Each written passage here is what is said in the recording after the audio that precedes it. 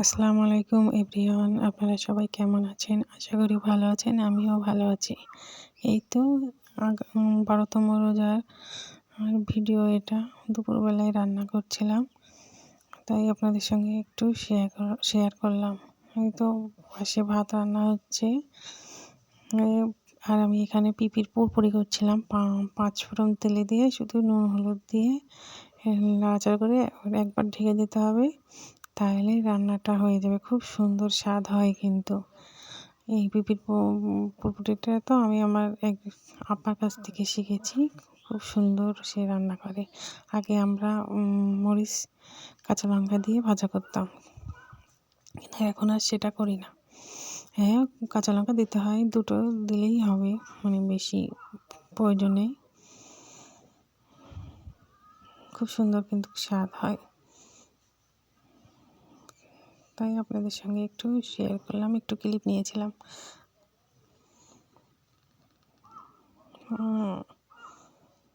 আজকে ঝোল তরকারি রান্না করব হচ্ছে পটল আলু আর ডিম দিয়ে ঝোল রান্না করব, তারই প্রস্তুতি চলছিল।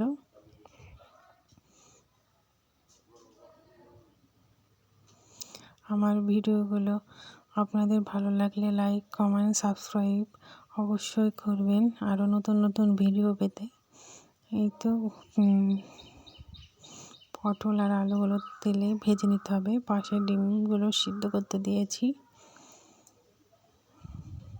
এই তো ভাজা করার পর ডিমগুলো ভেজে নিতে হবে।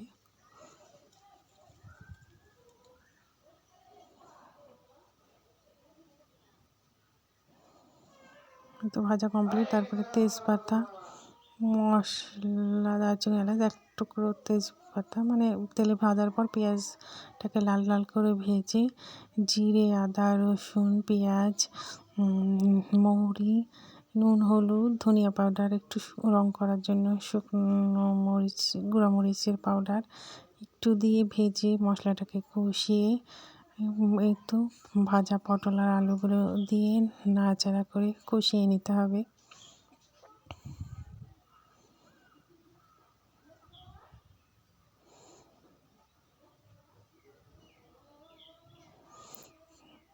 ভালোভাবে কষিয়ে নেওয়ার পর জল দিয়ে হচ্ছে ফোটানো হয়ে গেলে ডিমগুলো দিয়ে রেডি। তারপর নামিয়ে নিলে একটু ভাজনা দিলে রেডি হয়ে যাবে। তারপর ফাইনাল লুক দেখাচ্ছি আপনাদেরকে। খুব সুন্দর স্বাদ হয় কিন্তু, এইভাবে আপনারা রান্না করে খেতে পারেন। এই তো হয়ে গেছে।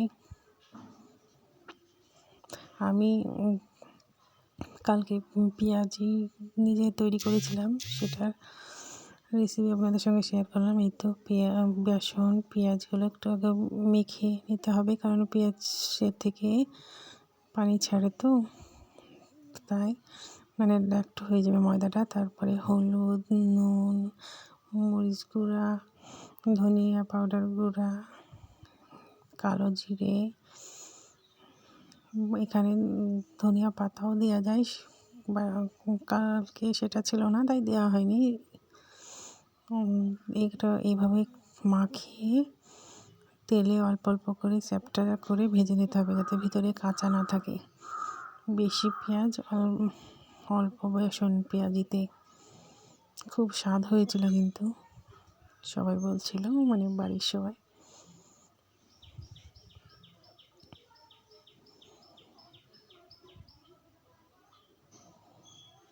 তেলটাকে গরম করে এইভাবে দিতে হবে। তেল গরম না হলে কিন্তু কড়াইতে লেগে যায়। এই তো ফাইনাল লুক। এই তো সন্ধ্যাবেলায় দাঁতন করছিলাম আর বাগানে বেরিয়ে ঘুরে ফিরে বেড়াচ্ছিলাম। এখানে পালং শাক লাগানো হয়েছে ছোট ছোট। এই তো আমাদের গাছে মূল অনেক ধরেছে। এই বাদামি গাছটা আস্তে আস্তে যেন অনেক বড় হয়ে যাচ্ছে। এই এটা হচ্ছে আগের দিনকার মাংস রান্না, তাই একটু ক্লিপ নিয়েছিলাম। আমরা আমাদের পাশের একটা জায়গায় বেড়াতে গিয়েছিলাম, তাই একটু ক্লিপ নিয়েছিলাম। এখানে নদীর ধারা মানে বইছিল, তো জল খুব সুন্দর লাগছিল দেখতে, তাই আপনাদের সঙ্গে শেয়ার করার জন্য একটু ক্লিপ নিলাম।